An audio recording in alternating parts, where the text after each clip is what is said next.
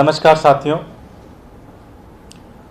कल माननीय उच्च न्यायालय ने, दिल्ली हाई कोर्ट ने भारतीय जनता पार्टी की एमसीडी के ऊपर एक बहुत ही कड़ा फैसला सुनाया है।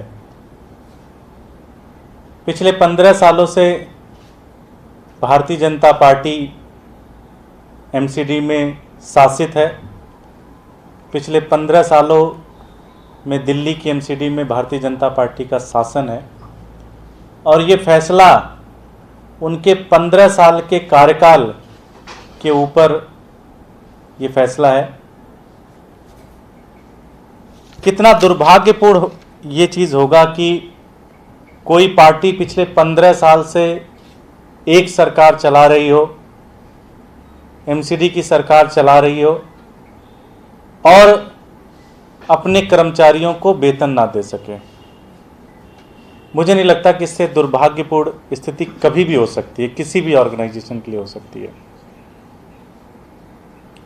कल माननीय उच्च न्यायालय ने बहुत कड़ा फैसला लेते हुए ये कहा कि कर्मचारियों का हक बनता है वेतन देना।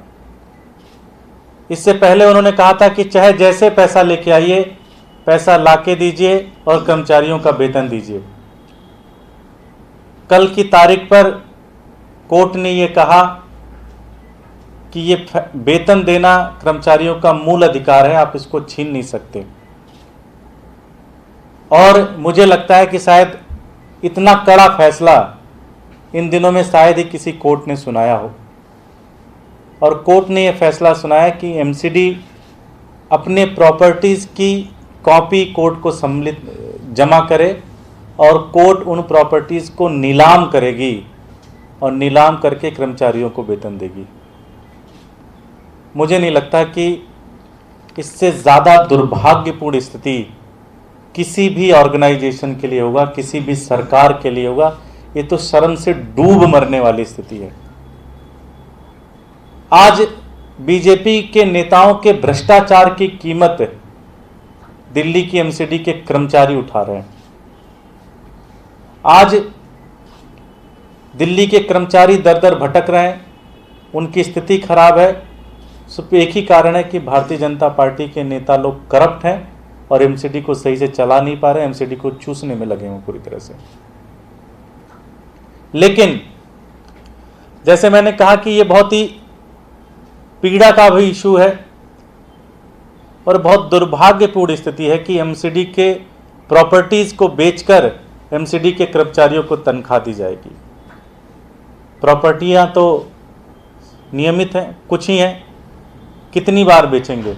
एक बार बेचेंगे, 2 बार बेचेंगे, 3 बार बेचेंगे। होगा क्या कि 2-4 साल में सारी प्रॉपर्टियां बिक जाएंगी एमसीडी की। लेकिन ये इसका कोई एक परमानेंट सोल्यूशन नहीं होगा। इसका परमानेंट सोल्यूशन ये है कि इस एमसीडी को भंग किया जाए, भारतीय जनता पार्टी को बर्खास्त किया जाए इस एमसीडी से। ये इसका परमानेंट सोल्यूशन है। आम आदमी पार्टी पूरी जिम्मेदारी से ये मांग करती है कि एमसीडी को भंग किया जाए, फ्रेश इलेक्शन हो, दिल्ली की जनता एक नई सरकार एमसीडी के अंदर भेजे, वही सरकार इस समस्या का निदान कर सकती है। ये भारतीय जनता पार्टी के भ्रष्ट नेता अगले 8 से 9 महीने में इस एमसीडी को और लूटेंगे और चूसेंगे और बेचने पे लग जाएंगे। प्रॉपर्टियां इन्होंने पहले से बेचनी शुरू कर दी है, तनख्वाह पहले से खाना शुरू कर दिया है, सफाई पूरी तरह से बर्बाद हो चुकी है। आज एमसीडी का एक एक कोना, एक एक डिपार्टमेंट बेचने की तैयारी में है ये पूरी तरह से। इनको 8 से 9 महीने का मौका नहीं मिलना चाहिए। इस एमसीडी को बर्खास्त करना चाहिए, इस एमसीडी को ख़त्म करना चाहिए और एक फ्रेश इलेक्शन हो, एक नया चुनाव हो और उस चुनाव में दिल्ली की जनता तय करेगी कि इस एमसीडी को किसके हाथ में देना है, इस एमसीडी को किसको चलाना है।